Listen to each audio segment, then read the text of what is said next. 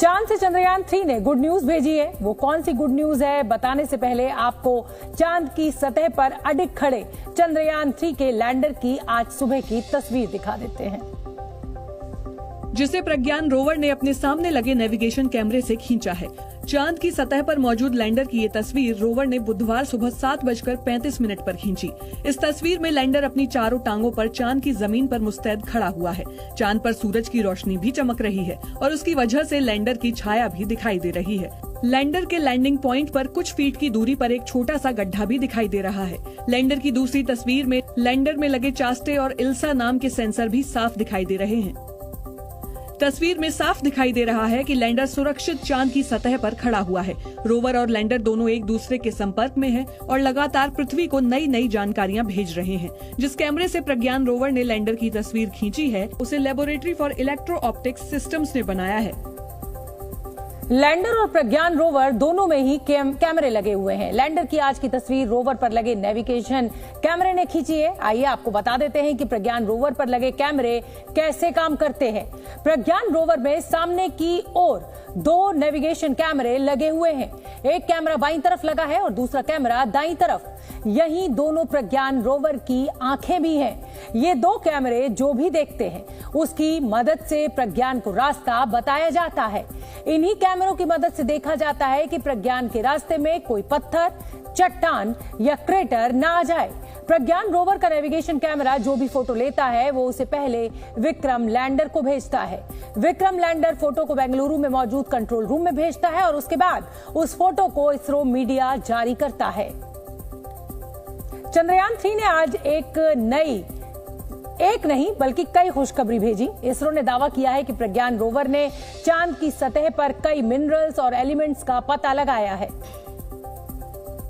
जिसमें सबसे बड़ी खोज ऑक्सीजन की है। यानी चांद की सतह पर ऑक्सीजन के होने की जानकारी चंद्रयान 3 ने भेजी है। लेकिन चांद पर मौजूद ऑक्सीजन उस फॉर्म में नहीं है जैसा कि पृथ्वी पर पाया जाता है और हम सांस ले सकते हैं।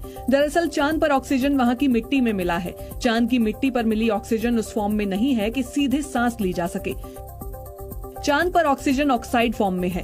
ऑक्साइड एक केमिकल कंपाउंड की कैटेगरी है। इसकी संरचना में एलिमेंट के साथ एक या ज्यादा ऑक्सीजन एटम होते हैं, जैसे कि Li2O, CO2, H2O। H2O पानी का रासायनिक फॉर्मूला है। इसलिए इसरो ऑक्सीजन मिलने के बाद अब H यानी हाइड्रोजन की खोज कर रहा है। इससे पहले अमेरिकी स्पेस एजेंसी नासा ने भी चंद्रमा की मिट्टी में ऑक्सीजन का पता लगाया था। इसलिए इसरो को पहले से ही यहाँ ऑक्सीजन मिलने की संभावना थी। खास बात यह है कि पहली बार सॉलिड फॉर्म में ऑक्सीजन चांद के दक्षिणी ध्रुव पर पाया गया है। दक्षिणी ध्रुव पर ऑक्सीजन के मिलने से अब हाइड्रोजन के भी मिलने की उम्मीद बढ़ गई है।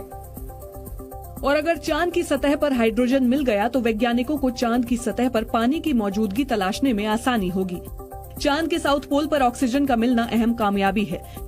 चंद्रयान 3 मिशन के लॉन्च से पहले इसरो प्रमुख एस सोमनाथ ने बताया था कि उन्होंने चंद्रमा के साउथ पोल को इसलिए चुना क्योंकि वहां भविष्य में इंसानों को बसाने की क्षमता हो सकती है। चांद के दक्षिणी ध्रुव की सतह का तापमान भी पता चल चुका है। अब वैज्ञानिक ये जानने की कोशिश करेंगे कि चांद के दक्षिणी ध्रुव की मिट्टी वास्तव में कितनी क्षमता रखती है और क्या वहाँ इंसान लंबे वक्त तक रह सकता है।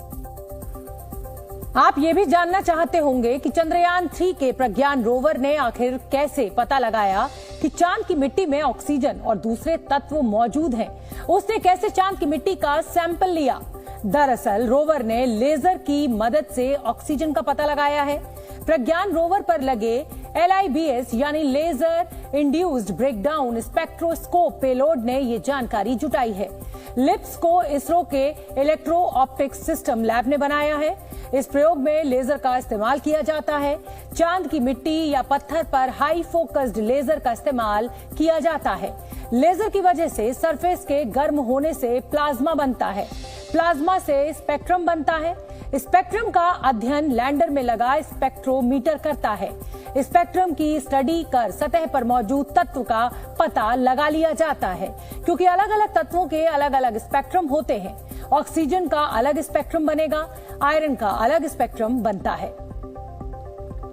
चंद्रयान 3 को चांद की मिट्टी में सिर्फ ऑक्सीजन ही नहीं, कुल मिलाकर 9 एलिमेंट्स या तत्व मिले हैं। इसरो के मुताबिक इनमें से सबसे अहम खोज सल्फर की है।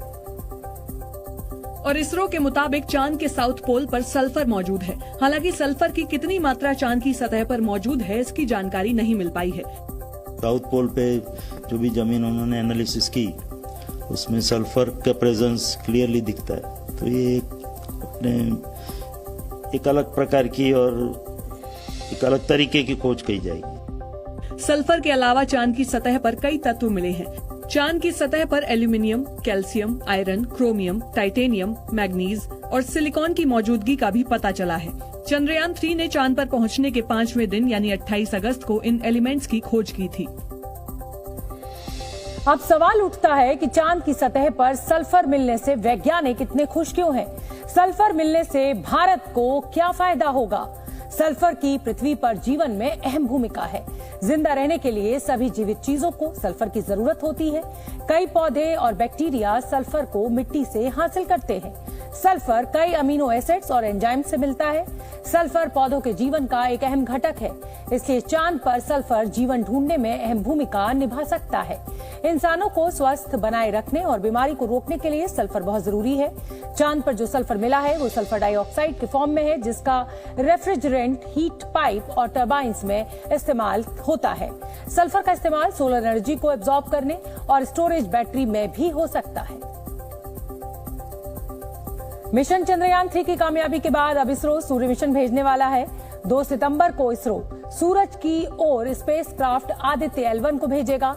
इसरो ने लॉन्चिंग से पहले तैयारियों की तस्वीरें जारी की हैं, जिसमें स्पेसक्राफ्ट आदित्य L1 को सूरज के पास ले जाने वाला रॉकेट PSLV-XL दिखाई दे रहा है। यही रॉकेट आदित्य L1 को ऊपर ले जाएगा। इसरो ने एक और तस्वीर जारी की, जिसमें स्पेसक्राफ्ट आदित्य L1 को रॉकेट PSLV-XL के अंदर लोड करते हुए दिखाया गया है। 2 सितंबर को आंध्र प्रदेश के श्रीहरिकोटा से सुबह 11:50 पर आदित्य L1 को लॉन्च किया जाएगा। पहले चांद था, अब चांद से हम लोग सूर्य की ओर जा रहे हैं। चंदा और सूरज हमेशा ही एक विशेष ऑब्जेक्ट रहा है, साइंटिस्ट के स्टडीज के लिए भी और जनरल पब्लिक के इंटरेस्ट के लिए भी। आदित्य L1 अंतरिक्ष में चक्कर लगाने वाला इसरो का एक रिसर्च सेंटर होगा, जो सूरज के करीब पहुंचकर सूरज के रहस्यों का खुलासा करेगा। अब आपके मन में ये ख्याल जरूर आ रहा होगा कि क्या सूरज के नजदीक जाने पर आदित्य L1 सूरज की गर्मी से जलकर राख तो नहीं हो जाएगा? क्योंकि जिनको जानकारी नहीं है वो यही समझ रहे हैं कि आदित्य L1 सूरज पर उतरेगा, जो कभी संभव नहीं है। क्योंकि सूरज की सतह से थोड़ा ऊपर यानी फोटोस्फीयर का तापमान करीब 5500 डिग्री सेल्सियस रहता है। ऐसे में किसी यान या स्पेसक्राफ्ट का वहां जाना संभव नहीं है। इंसान की बनाई कोई ऐसी चीज नहीं है जो सूरज की गर्मी बर्दाश्त कर सके। इसलिए आदित्य L1 धरती से 15 लाख किलोमीटर दूर तक जाएगा, जबकि पृथ्वी से सूरज की दूरी करीब 15 करोड़ किलोमीटर है। इसका मतलब है कि आदित्य L1 धरती से सूरज की कुल दूरी का 1% ही तय करेगा। हम यदि उसके बहुत पास जाएंगे तो हो सकता है कि वो हमें अपने ओर खींच करके ग्रेविटेशनल फोर्स की वजह से उसमें हम मिलीन और हम भस्म हो जाएंगे। इसीलिए एक ऐसा पॉइंट चुना गया है कि जहां पर जो है कि दोनों का ग्रेविटेशनल फोर्स बैलेंस किया गया है। अंतरिक्ष में 15 लाख किलोमीटर की दूरी पर आदित्य L1 जिस जगह पर जाएगा उसे L1 कहा जाता है।